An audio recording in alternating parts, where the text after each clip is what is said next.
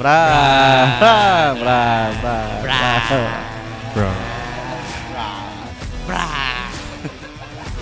Welcome to the Broadcast Channel!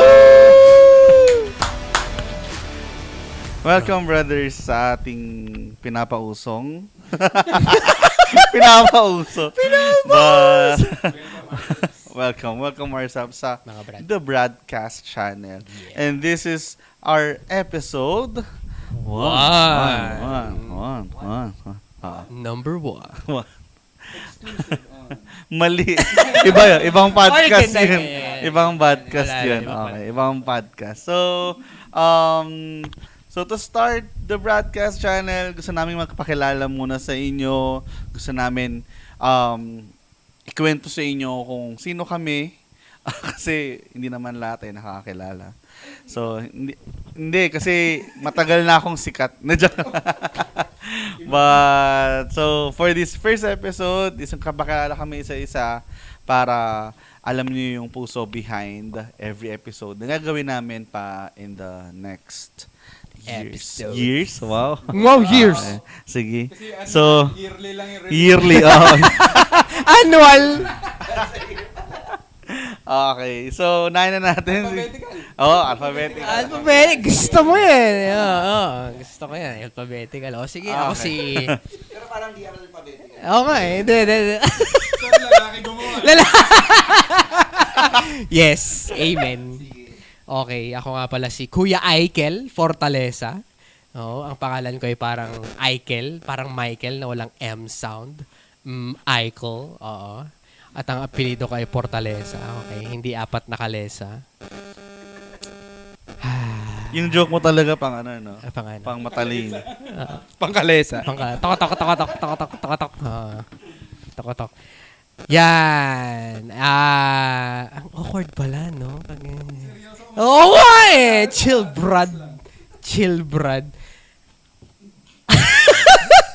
Yan. So, pakilala mo sa kanila. Pakilala ka kung sino ka, anong course mo ng college. Yan. Maganda. Oo. High school. High school college. So, graduate ako sa malayong silangang Far Eastern University. Hindi niya na tinagalog. Hindi na tinagalog.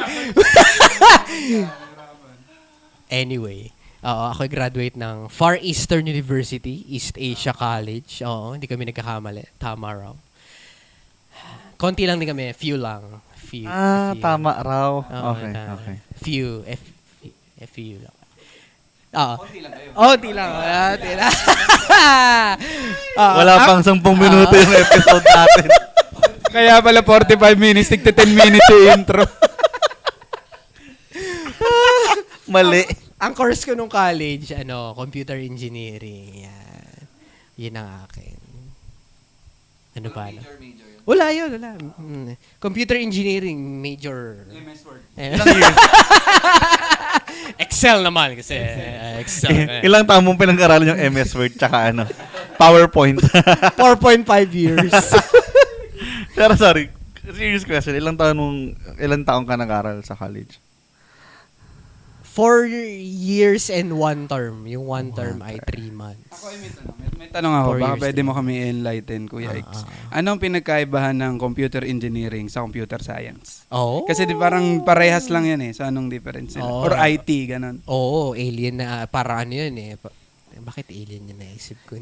Computer engineering, ano yan, tawag dito. Medyo may best of both worlds ng ComSci yan, tsaka ng ECE. Oo. Yun ang mga pinsan namin na course. Electronics Engineering tsaka ComSci. So, meron kaming hardware tsaka software. So, eventually, nung graduate ako, network engineer ang naging profession ko. Oo.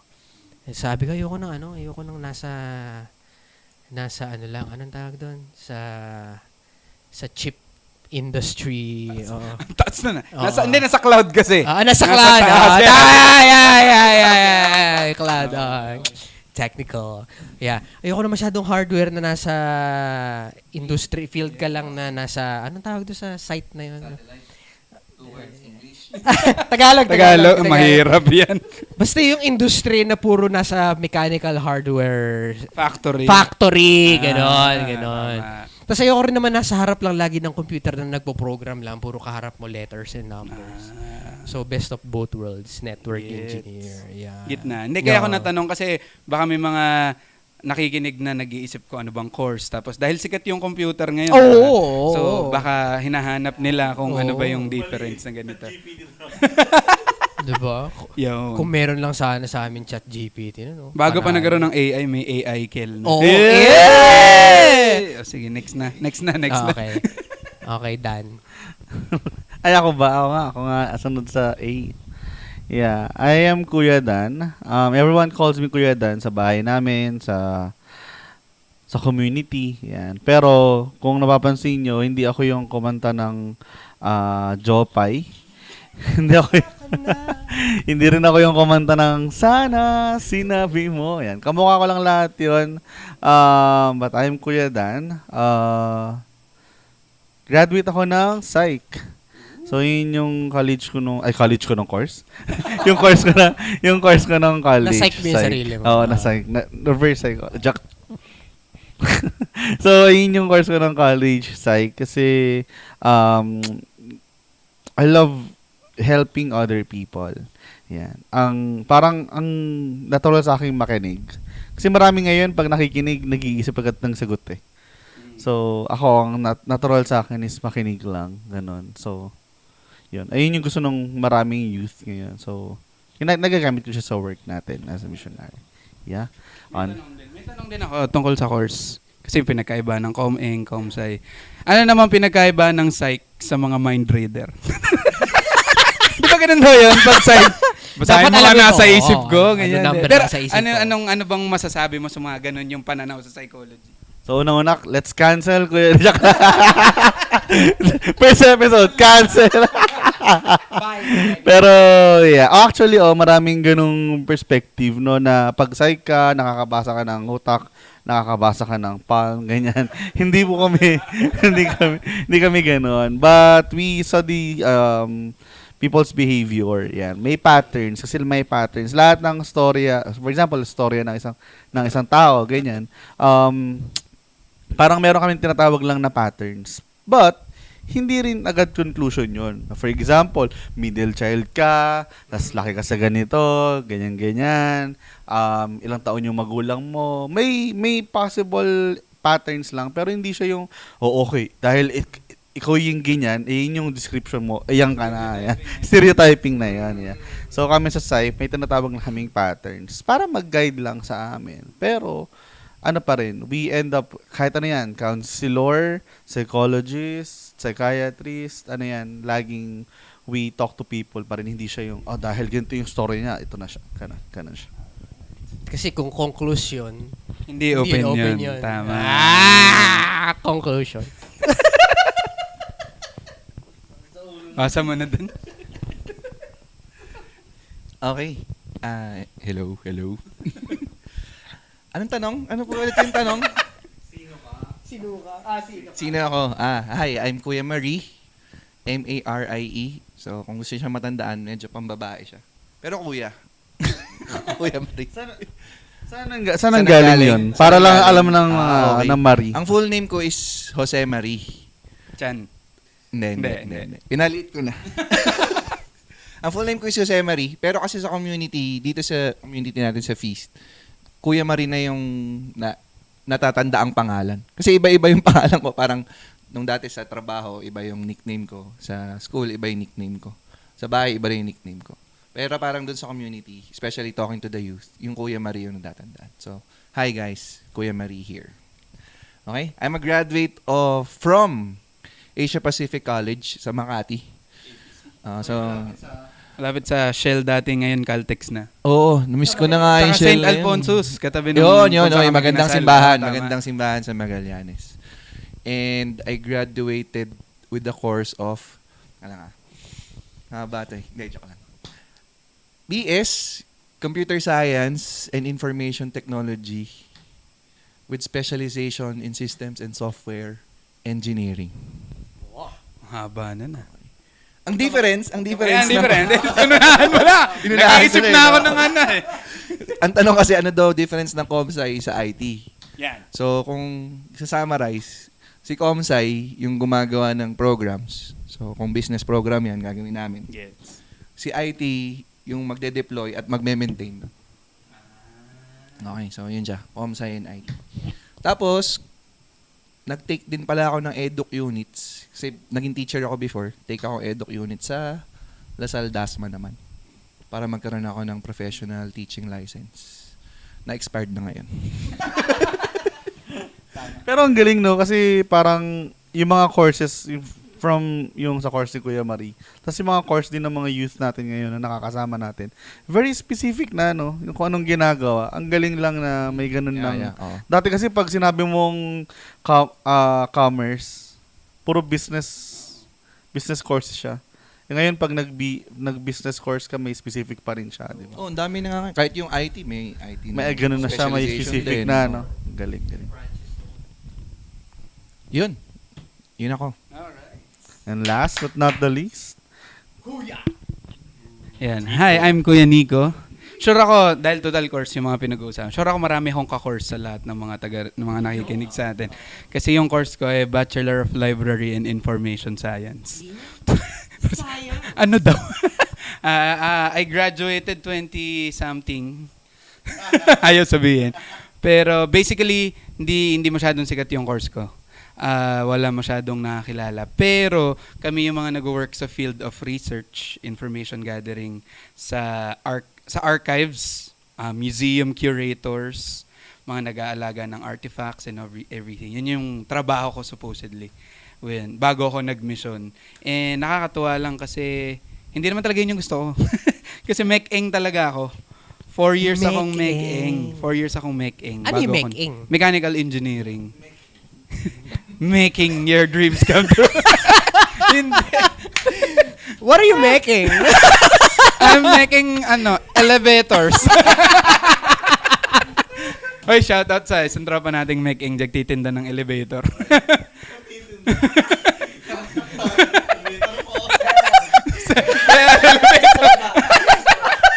Galak ng elevator. Ano lala?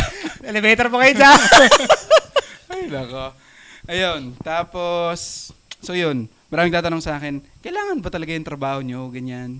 Kasi may AI na, may ganito na, may ganyan na. Ang sagot ko sa kanila, kaya misyonaryo na ako. Hindi. Hindi, pero in fairness sa field ng information science, sobrang mas importante siya ngayon. Now that the information is readily available for anybody and anyone. Hindi mo na alam ngayon kung ano yung totoo sa hindi. So may premium na yung parang reliable source yung ganito, scholarly ba siya, ganyan. So doon papasok yun kasi parang anong gagawin nun sa library, taga-saway ba or whatever yan. Yung mga ganon. So pwedeng ganon siya pero more on, dahil nag-shift na sa digital age, ganon na din. Parang kami na yung nagiging legit checker. Sorry for a lack of a better term, pero parang ganon yung work. Digital na rin yung pagsabi. Yun. Alright. siguro dagdag sa mga nasa field mo pa rin ngayon, yung pag-check ng mga data, no? Dagdag trabaho siya. Kasi dati parang babalot ka lang ng libro. Nadyak lang. Totoo naman. Pero parang dagdag trabaho siya. No? Oo, meron na mga systems ngayon na dinevelop ng mga ComSci at ComInc. Yan. na parang profile siya. Kasi lalo na yung mga plagiarism ngayon. Masyadong talamak na siya. So, madali na siyang i-check kasi may mga applications din nag-check kung totoo. Right. Galing. So, yeah. Kami yung nagpauso ng hindi namin alam. Pero, pauso lang. Pero, yeah. Pero kaming apat, si Kuya Marie, si Kuya Aikel, Kuya Nico, and Kuya Dan, we are a missionaries from a Catholic community called the Feast, Light of Jesus Family. Iba-ibang years na yung pagiging missionaries namin. Pero, we've been serving the Lord since our youth. So, tagal na. Itong ginagawa namin is also our heart to help the young people through connecting sa sa ganitong setup sa podcast. Kasi yung iba dyan, habang bumabiyahe, marami nang mahilig eh. Sa inyo ba, brothers, mahilig habang nagka-drive or habang bumabiyahe, nakikinig sa podcast. So, Bible, ganun. yan. Yeah. Wow!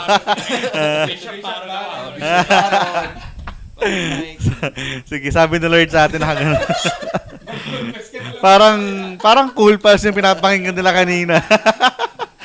Pero, yeah, outside of the ministry, kasi mas mapag-uusapan natin yung ministry for the next episodes eh. Pero para mas,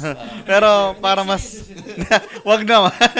Pero para mas makilala tayo ng mga nakikinig sa atin or makikinig sa atin kung sino talaga tayo. Anong ginagawa natin ngayon outside of work? What's your season right now outside of work? missions. Outside missions. Yeah. Okay. Yung lao. Baliktad. Ako ay asawa at tatay. Ngayon yung misis ko si Ate Kai Nyo ay expecting ng aming second child. So magiging 2 na. Tapos nagpa-ultrasound kami, kamukha ko ulit. 2-0 na sa kamukha. Pero yun yung main season ko ngayon. Lalo na ngayon na nag-aaral na yung isa, si Chini. Pupasok na siya sa school. First year college na eh. Ang bilis. Ganun kasi ako kasi dahil nga information specialist ako, ginaganon ko lahat. Joke lang. Hindi mo alam yan. Hindi. Yun. So, nandun ako sa season of balancing life. Kasi sabi nga nila, magtuturo sa'yo paano maging tatay. Well, may mga mamodel mo yung parents mo, mamodel mo ibang mga tito na nakikita mo, yung mga kuyas na na-journey mo. Pero pag ikaw na talaga, it's really finding ways on paano mo ibabalance yung ganito, lalo na babae yung una kong anak. Wala naman ako experience maging babae, ganyan. So, alam mo yan, it's... Ay! Brother! So, yun. So... Next years pa yun. Pag nagpunta ka ng Thailand. Patay. One day in Thailand. So yun, trying to balance how to be a good father, husband, number 1, father, kuya to the youth ministry, and yan, tropa, ganito. Paano mo ibabalanse yan. Tapos, on the side, nag-work kami, iba-iba. We're trying different things. Trying different hobbies. Yung misis ko, content creator. So, tinutulungan ko siya. Ako, I'm trying to create something also which I am to release very soon. Tingnan natin. Tapos, yun. Ha? Basketball. Kasi mahilig ako sa basketball. So, tingnan natin. Prayer ko rin yan. Sana mas mag-came into fruition. Tapos, ano pa ba? Yun. Speaking engagements outside. Ganyan. And all of the other stuff. Thank you for sharing. Sige, ako na. Sige. What do I do outside ministry? So, right now, I'm a husband as well. Yung asawa ko din, nagtatry na rin mag-vlog. Oo, naka 100K na. Oo. Grabe. Shout out Heart Project, Miss Heart. Mess heart. Miss Heart. Sana ito din, no? So, mga next years. Shout out din kay Wise Ma'am na nagpahiram ng magandang tripod sa amin. Basta papanoorin lang natin to nang nakaloop sa cellphone natin, magwa 100. Kaya naman pala. Kami. Tayo pala. Plus yung kapatid ko, tsaka mga asawa niya. Outside missions, merong mini-maintain. Nag-VVA ako at night. So, medyo graveyard. Part-time lang. Tapos, meron kaming sticker business together with my wife. Meron din kaming cafe. So, yun yata yung mag-sponsor next episode ng Yan. mga kape namin dito. So, yun. Ano pa? Nagpi-PlayStation, nagpi-PC games. Pagka downtime or free time. Tapos, sports. Ngayon, we're into pickleball.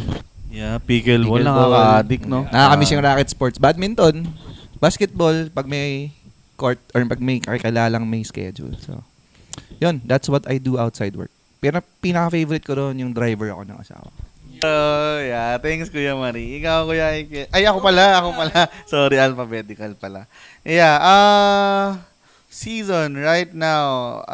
Bukod sa pagiging misyonaryo, ganun din, side business, I go to different schools and we offer our service na mag-facilitate ng retreats, recollections, team building, leadership training. Ang nakakatawa ngayon kasi for the past months, ang mga nafa-facilitate kong retreats or recollections ay mga teachers.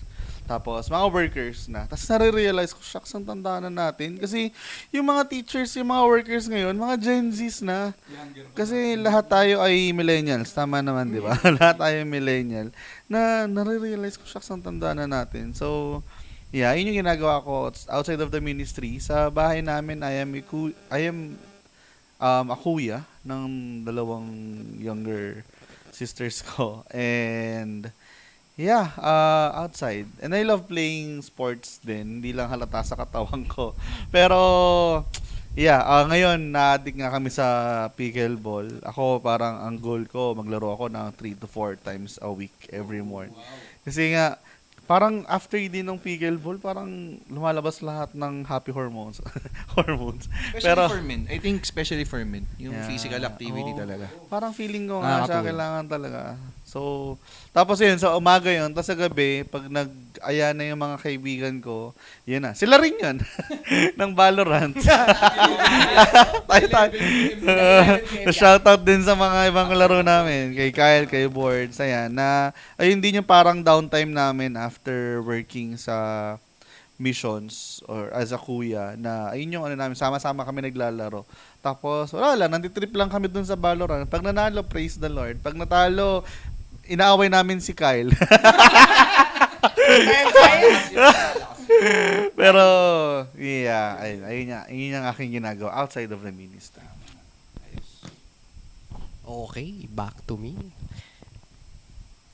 Ako rin ay, so bukod kay Nico at kay Kuis Marie, ako rin ay isang husband na. At ako ay father of a toddler na 2.5-year-old boy. Oo. So, season yun, tawag dito. Yun din, trying to learn how to be a father. Ay, hindi mo alam. Hindi ko rin alam eh. Oo, kaya, actually, yun din, season Totoo ko. yun eh, no? Oo. Kaya tawag dito. Totoo yan. Kasi yung mga, wala pa akong anak. Inside joke. 4, 3, 2, 1. Papa. The inside joke kasi nila yun na mukha akong tatay. So may mga youth talagang naniwala na tatay talaga ako. Meron talaga. Kuya, hindi pa talaga totoong tatay si Kuya. Hindi pa ako tatay. Grabe kayo sa mga uga. Going back. Mga teenager na mga. Nakakainis. Yeah. So yun, season, nagpapa-mentor ako ngayon sa isa counselor at therapist, no? Hindi ko kasi alam paano maging tatay eh. Yun, anyway. Tapos, what do I do outside of ministry? Tawag dito. And then, speaking, mga spokeners tayo eh. Mga speaking engagement. Spokeners? Spokeners. Mag-iiba ba tayo ng title ng podcast? The Spokeners. Anyway, yun. So, facilitate din retreats recollection, pinakabata na handle mga grade 3 hanggang mga senior citizen, ganyan. So, varying ng demographics, ganyan. Oh, yung mga dating binibigyan ko ng recollection retreat. Senior citizen. No? Grabe. Ang na-expect ko, tatay pa lang eh. Jurassic na ako eh. Oh. Yun, tapos, bukod doon, ito rin, may mga side hustles ako, hindi ko muna i-reveal. Hindi kasi, kakapasok ko pa lang eh. So, may mga ina-plan din ako ng mga tatay kayod mode. And, apart from that, hobbies, sports din, esports. Oh, so yan, Valorant, Tekken, no? Oo, yun. Lahat ng ganun eh. Hindi ako ganun eh. Ganun ako eh, ganun. Keyboard warrior. Oo, Tekken, ganyan. Tapos yan, Valorant din, 11 PM gang, ganyan. Tapos, yeah. natigil lang pero nag-boxing din. Kasi nga, favorite ko Tekken eh. Sayang. Nakalimutan. Ay, nandiyan na yung gloves sa akin. Ay, nice. So, yun. Kasi, pag minsan, sayang, nauumay na ako mag-Tekken. Sino Tatohanin favorite ko, mo sa ah. Tekken? Si Feng Wei. Yung Chinese. Ano. Alam mo, meron akong isang core memory dito kay Aikil sa Tekken. Eh. Yung nagano tayo, Pampanga. Na isa sa mga ginagawa naming missionaries kapag nagpapahinga kami, naglalaro lang kami. Meron kaming R&R na tinatawag. Ano yung R&R? Rest and recreation. So, Retreat and swimming recollection. So, ayun, isa sa mga ginagawa namin, bukod sa daming pagkain, nagpi-PS kami, nag-basketball, ganyan. Tapos isang araw, naglaro to si Aikel ng Tekken, di aya siya, may mini competition lahat ng misyonaryo. Ganyan. Yung anak ng boss natin, competitive din. Pangalan ay si Nat. Ilang taon nga ba siya nun? Mga 5, mga ganun. Tapos, biglang, si Aikel nakasandal pa sa sopo, relax po. Mamaya natatalo na siya kay Nat. Trash talk pa ni Nat. Trash talk na yun. Sabi na Aikel, Okay. Game on! Na-trigger lang 4 years old. So, yun. Pero, yeah. Gamer talaga ikaw, no? Yeah. Speaking of gamer and everything, baka mag-share ka pa ba mga hobbies nyo? Yan. Yung hilig mo. Bata ka pa lang, yun na talaga yung trip mo.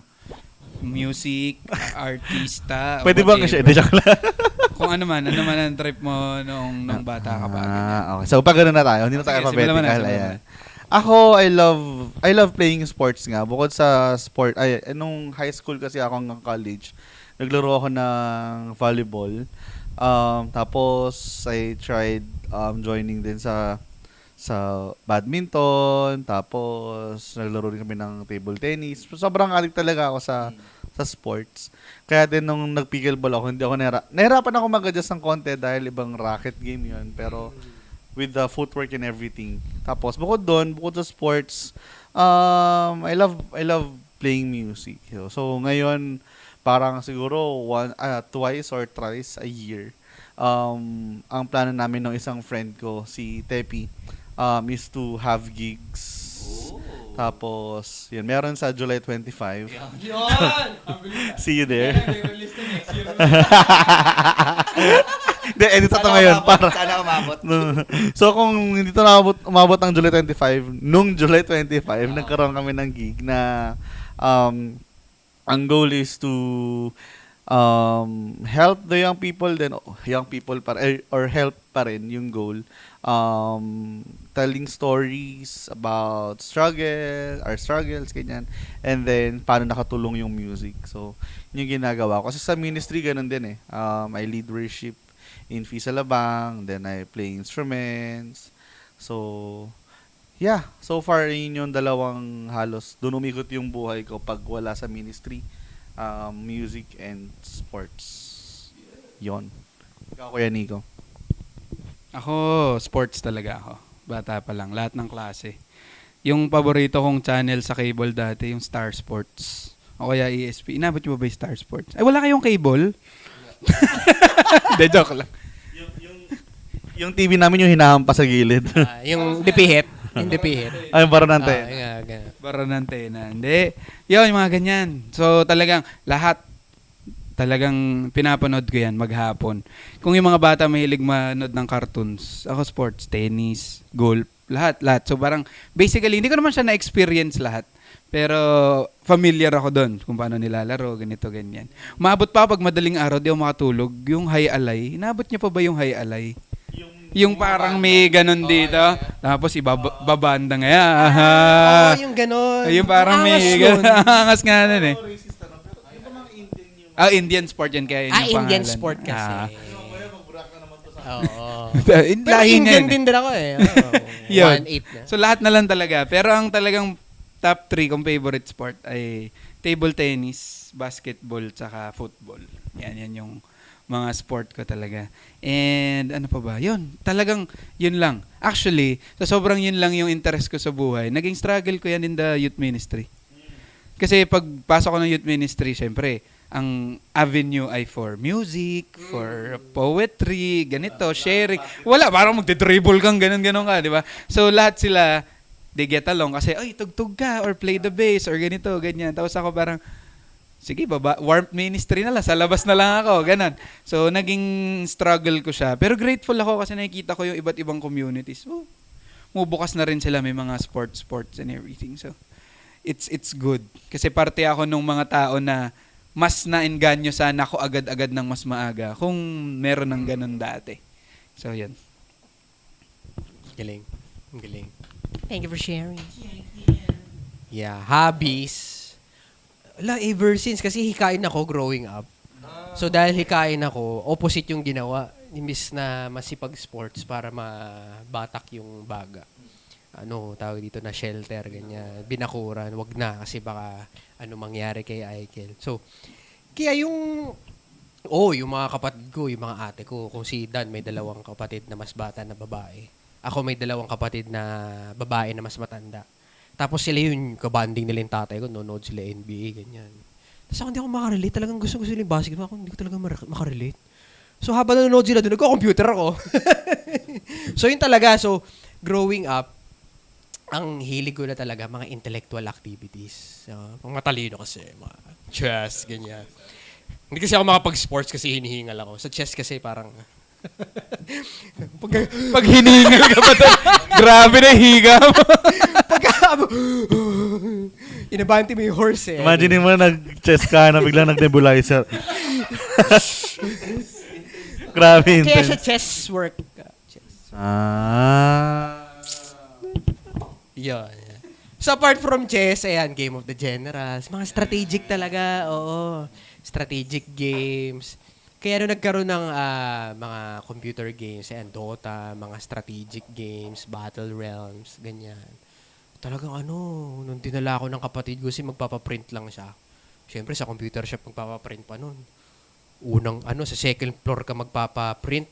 Dadaan ka muna sa first floor, oh. Yung first floor ang ingay. Mga nagtatrash talkan. Punong-puno ng testosterone eh. Yung mga bata talaga, tsaka mga lalaki. Gano'n, no? Sabi ko, yun yung nagustuhan ko, parang pagpapawisan ako. Pero, yun. Kaya doon ako nainganyo na. Pawisan kasi, ang init sa com shop. Ang init sa com shop. Walang aircon eh, no? Tapos doon na ako gusto yung pag inamoy mo yung headset sa com shop. Oo, yung headset ang pa lala nun. talaga. Yung foam no, no? Oo. Oo. Good luck eh.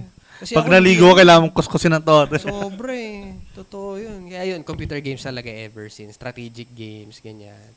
Yan, nahilig ng konti sa table tennis kasi maliit lang na, ganyan, bola tsaka racket. Maliit lang na, Pero ever since, na talaga, gaming. Tapos, yun din, na-inlove ako sa mga voice acting ng mga napapanood ko tsaka napakikinggan ko sa mga napapanood ko. Tsaka Hidden talent yun ni Kuya Aikel nyo, voice acting. So pag comment lang kayo kung ano. Yan, tayo. Pa-voice sample tayo kay Aikel. Parang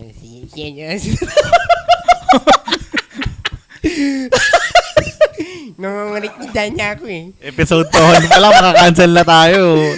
Pero yan, mahilig ako sa favorite ko ang voice acting. Kasi pag naghuhugas ako, bored na bored ako eh. So, kunyari magkalaban si Mr. Joy at si Mr. Seboy, mga ganyan. Parang hindi ako bored ganyan. Gano'n. So yun yung aking mga hobbies, voice acting tsaka gaming talaga. Thank you for sharing. Sa akin, nung bata no? Nung bata kasi ako. Anong grade yan? Mahilig naman ako lumabas ng bahay. So yung mga laro sa labas, yung ano nga yun? Yung mga tamaang tao, ganyan. What's that called Patintero, again? luksong baka, ganyan. Softball sa open field, ganyan. So, doon ako na... Black 1, 2, 3. Tapos sa bahay naman, pag nasa bahay, may mga board game sa bahay. So, hindi kami naboboard. Kasi nga board Board games. games. Kaya, Oo. so, kaya natutunan ko rin yung mga chess, Gusto ko yun, Scrabble, seryoso Word nung, Factory. oo. Kaya, tapos nung grade 6 to high school naman, natutunan ko yung basketball. That's where I started. Pero nung mga grade 6 before, hindi ako nagba-basketball talaga. So, nailove ako sa basketball. Tsaka sa volleyball, pinagsabay ko yan. MVP lang naman ako dito sa Las Piñas. So, tapos, Ah. Hindi marunong. hindi ako marunong. hindi ako marunong lang pero di magaling. Tapos, so yan, na-inlove din ako sa sports. Tapos, of course, computer. Dahil IT yung course ko. Na-introduce din ako sa mga computer games. So, yan, nag-start sa Heroes of New World. Yan. Pero doon talaga ako hindi gumaling. Parang panlima lang ako lagi. Tapos ako lagi inaalagaan. nung 4 na buhat, binubuhat. So, tapos, after nun, nagsawa naman ako sa computers. Nag-nature naman ako. So, nahilig ako sa hiking. Outdoor. Hiking, camping, trekking, rivers, mountains, falls, mga ganyan. Tapos, after nun, hapon yun, afternoon eh. So, nung evening, Ano ba? So, balik lang din ako sa gaming. Kasi nga, parang di naman na ako na-detach sa sa computers. Dahil yun, ngayon, modernization na rin naman. So, yun. Computer gaming pa rin. Tsaka, ang pinakabago yun nga, pickleball. Tsaka yung Bible reading pala. Tsaka, pakikinig sa mga... Hindi kasi kala ko natural na sa atin. joke lang, joke. pero naalala ko nung mga bata-bata pa ni Kuya Marie, nagdadala siya ng mga youth members talaga sa bundok, no? Tapos kung sino yung pasaway. Nila, mga pasaway nila. Sir, parang 5 kayo umakyat ah. Literal iniwan sa ere. Pero yung different na ginagawa ko nun, usually kasi pag sa bundok, pag sinabing socials, lalo pag overnight, pag sinabing socials, ano yan, automatic, inuman. Yun yung socials nila. Pero nung ako yung nagdadala ng mga tao, kahit hindi bata, minsan may mas matanda sa akin, ang socials namin, music, tas we try to end with small groups. Tapos, worship. Yan. Yun siya. Woohoo! Mimiss ko na nga eh. Tara. Kaya pa ba ng mga 30 nyong tuhod? Pero, yeah, that's your kuyas behind the broadcast channel. Kaming 4 yung lagi nyong makikitang tatawanan, nagbibigay ng joke. Sana maintindihan niyo yung joke at sana makarelate kayo sa joke. Pero, we decided to create this podcast kasi nice pass, Kuya Dan. Nice pass. Para makatulong talaga. Sa mga younger generation. Di ba? Tama naman, di ba? Especially the young men. Young man. Young men. Young man. Yang abroad. Kasi Brad. ang daming mga youth na lalaki sa amin. Tatanong talaga, may mga kanya-kanyang nadi-disciple din for the past years. Tapos, they ask a lot of questions, ganyan. Tapos, gandang diskusyonan nito, no? Bakit hindi natin ilagay in a more public space, which is ito nga, social medias, ganyan, para din ma-share namin. We're not perfect here, just to be clear, disclaimer lang. Hindi, kayo, hindi na kayo. Okay. Hindi kayo. Okay, at least malinaw. Pero we're not perfect and holy and all-knowing. Hindi naman kami si Lord. But ang gusto namin i-share dito is what we experienced then. What we experienced. Because we experienced failure and we're still experiencing many times pa rin. Kayo. Joke lang. But, yun yung parang gusto namin din na matulungan pa yung younger generation, younger men na, okay. So, kung mag-fail man kayo, at least you learn. Kasi ganoon din kami. May mga kuyas din kami na tumulong sa amin to reflect na, okay, yan. Many failures. Many failures. Okay. So, so, just to end this episode 1, kasi baka may jokes pa kayo eh. What can our listeners expect from us, from you personally? Anong masishare yung wisdom, ganyan. Yeah. Nahin na natin si Kuya Marie. pag ganun? Yun nga, siguro yung mga sasabihin namin, sort of mentorship. Mentorship. And sabi nga ni Kuya Dan, hindi naman kami papaka-righteous dito. Ako, personally, hindi ko kayo kayang batuhan ng Bible verses and all. Ang kaya ko lang ibigay sa inyo is kwento. Tsaka batuin lang. Bato lang. Kwento. Tapos if may chance na I can spend time with you, then why not? Kung magkalapit lang tayo. So, Yeah. Thanks, Kuya Marie. Yes, sa akin, pag nakikinig kayo dito para kayo may karamay. Oo, na. Yeah. Yung, alam mo yung, oo. Kalamay? Magiging octopus tayo dito, marami tayong kalamay. Dadami arms mo rito. Oo. Army. Ayan, i-expect yun yan. Maraming corny jokes. Oo. Pero, may karamay kayo. Oo, karamay na tawag dito.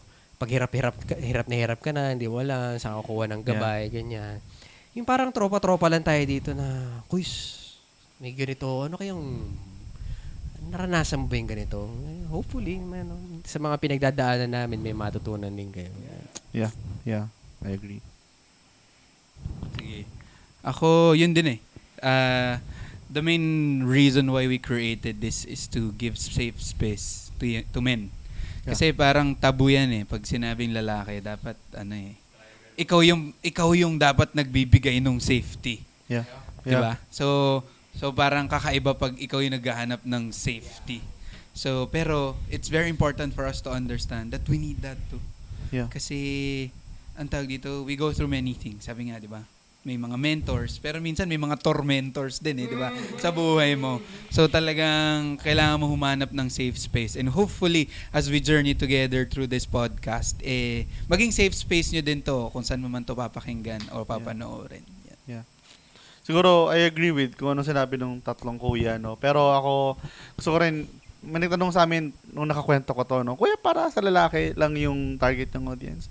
Siguro, to help then the younger women na kasi ako may girlfriend ako, tatlong kuyas nyo, may mga asawa na kung minsan papag-uusapan natin dito, paano ba namin niligawan yung kanya-kanya naming partner, ganyan. Ano yung discussions nilang tatlo bago sila nagpakasal. Paano namin sila trinato. Because ako, I treat my sisters din na tama, ganyan. So, baka makatulong din as you listen to this podcast na, normal palang pagbuksan ng pintuan. Hindi pala ibig sabihin pag pinagbuksan ng pintuan, manliligaw ko na kaagad. Pag mabait, may intention ka. Chivalry is alive. Ganun din siya. So, nangyayari kasi yan ngayon na parang pag gentleman, hello, may gusto ba siya sa akin? Ganon. Hindi ganon. Normal yan. So, may mga ganun topics dito. Isa yun sa mga maraming topics na nire-ready din namin for you guys. And to end this episode 1, we'd like to invite you to follow us on our social media accounts, Instagram, YouTube, Spotify. Download namin to. Actually, talagang, start na tayo. Huwag na tayo magplano in detail kasi ako personally, parang pag plinano pa siya ng masatagal, parang ang tagal magsimula. Yung parang pag ready na lahat. Game na tayo, usap na lang tayo, ganun. So, honestly, ngayon, habang nare-record namin to, wala pa mga Instagram accounts. But, hindi, yung podcast na to. Pero, you can follow us on our personal social media accounts. Nilalagay namin din sa comment section or sa caption. So, yeah. So, this is episode 1. To meet the Kuyas. Thank you for listening, guys. And see you on our next episode. Next year in 2 hours. God bless, guys. Woohoo!